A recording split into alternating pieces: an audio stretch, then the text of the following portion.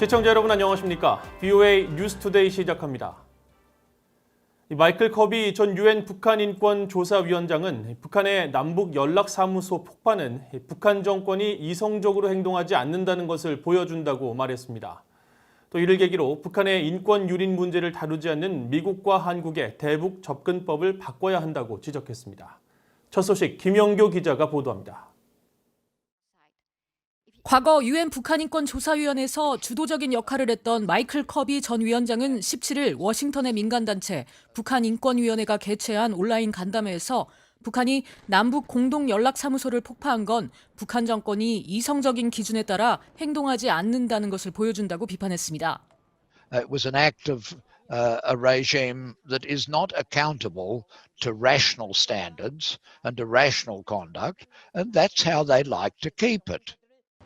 커비 전 위원장은 그러면서 이번 폭파는 북한 정권이 고의적이고 쓸모없으며 신경질적으로 감행한 행위였다면서 이를 계기로 한국 정부는 북한에 대한 접근법을 바꿔야 한다고 지적했습니다.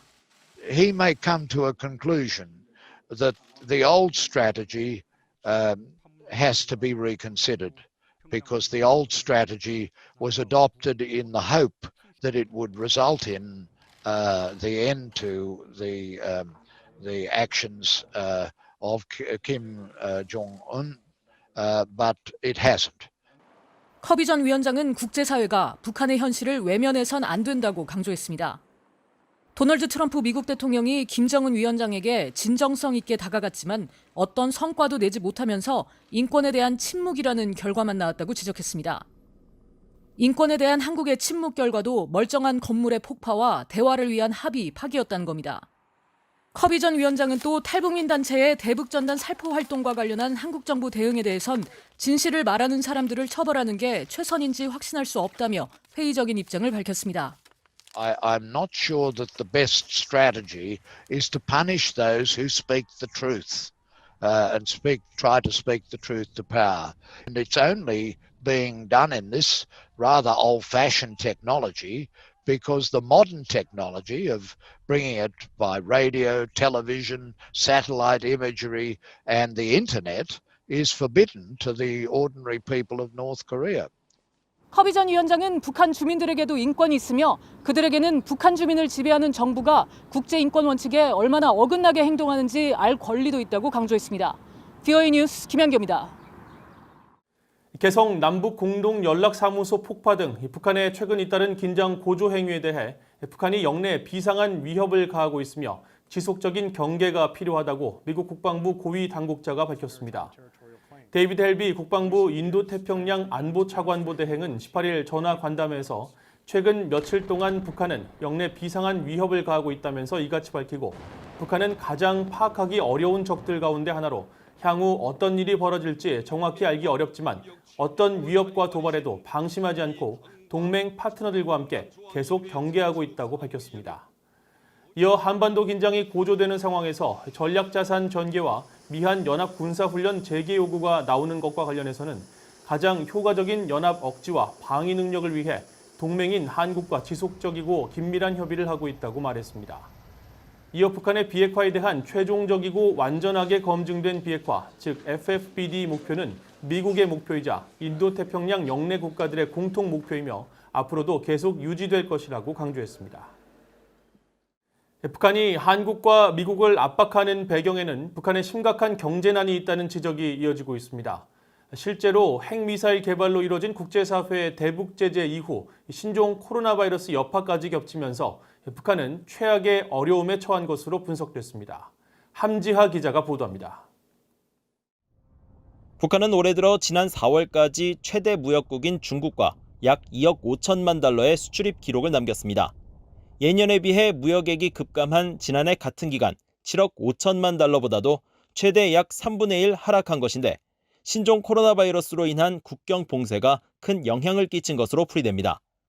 이런 상황에서 일부 언론들은 최근까지 북한의 대중국 무역 상황이 크게 개선되지 않았다고 지적해 이런 추세라면 올해 상반기 북중 교역은 역대 최저를 기록할 가능성이 높습니다. 북한 경제의 어려움은 신종 코로나 바이러스 이전부터 이미 예상됐었습니다. 북한의 잇따른 핵과 탄도미사일 실험으로 2017년 북한의 최대 수출품이던 석탄 등 광물과 섬유, 수산물 등의 수출길이 일제히 막히면서 지난해에는 사상 최대의 대중 적자를 기록했습니다. 2017년부터 매년 20억 달러 안팎의 적자를 보면서 지난 3년간 북한의 누적 적자만 62억 달러에 달합니다. 전문가들은 북한 경제가 제재와 전염병이라는 이중고에 직면한 상태라고 지적했습니다. 윌리엄 브라운 미 조지타운대 교수는 북한은 대북 제재로 수출이 급감했고 신종 코로나 바이러스로 수입에 타격을 입었다면서 북한은 사실상 무역이 가장 없는 나라 중 하나가 됐다고 설명했습니다. And then in 2018, 2019, their exports, of course, collapsed, but their imports kind of maintained a fairly high level. Now, that's the difference this year. This year, North Korea's imports, which are mostly consumer goods these days, have collapsed.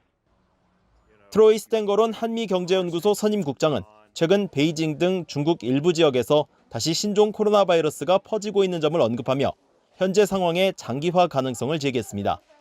제재를 피해 외화벌이 수단으로 떠올랐던 북한의 관광 산업에 미칠 악영향도 주목했습니다.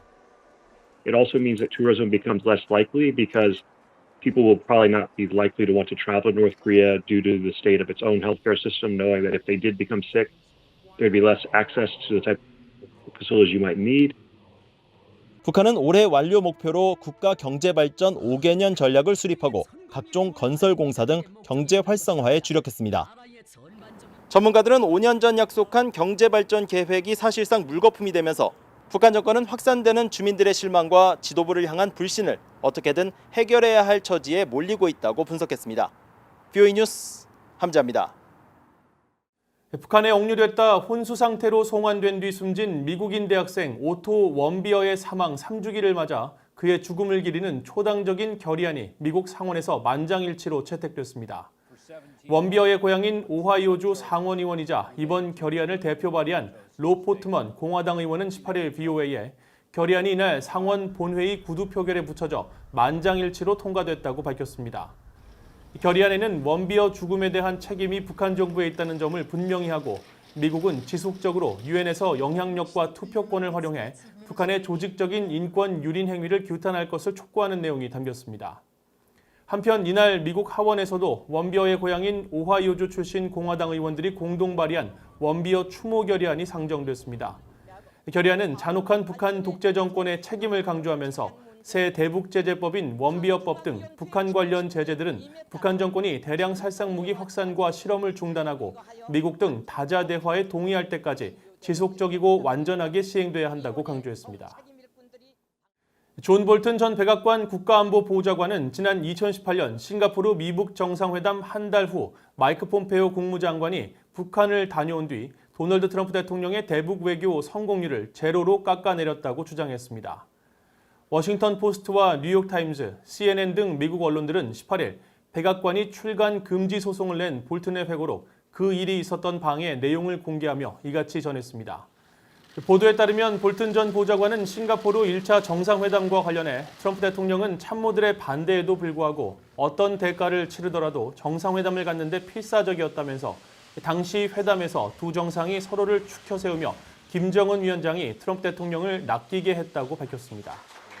볼튼은 또 ABC 인터뷰를 통해서는 싱가포르 회담과 지난해 6월 판문점 회동은 사진 찍기에 상당한 방점을 둔 것이라고 주장했습니다.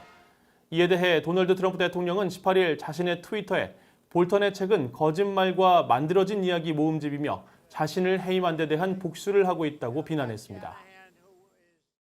미국이 6.25 한국전쟁에서 전사한 한국인 참전용사 유해 확인 작업을 마친 147구를 한국에 보냅니다. 미국 국방부 전쟁포로 실종자 확인국의 리 터커 공보관은 18일 VOA에 이번에 보내는 한국 용사들의 유해는 모두 147구로 역대 최대 규모로 현재 한국으로 가고 있으며 이 유해들 가운데 77구는 지난 2018년 싱가포르 미북 정상회담 이후 북한이 미국에 보낸 55개 상자에 포함됐다고 밝혔습니다. 터커 공보관은 또 한국에서는 이들 유해들에 대한 환영식이 오는 25일 한국전쟁 70주년 행사에서 진행될 것이라고 밝혔습니다. 이상으로 VOA 뉴스투데이를 마칩니다. 시청해주신 여러분 고맙습니다.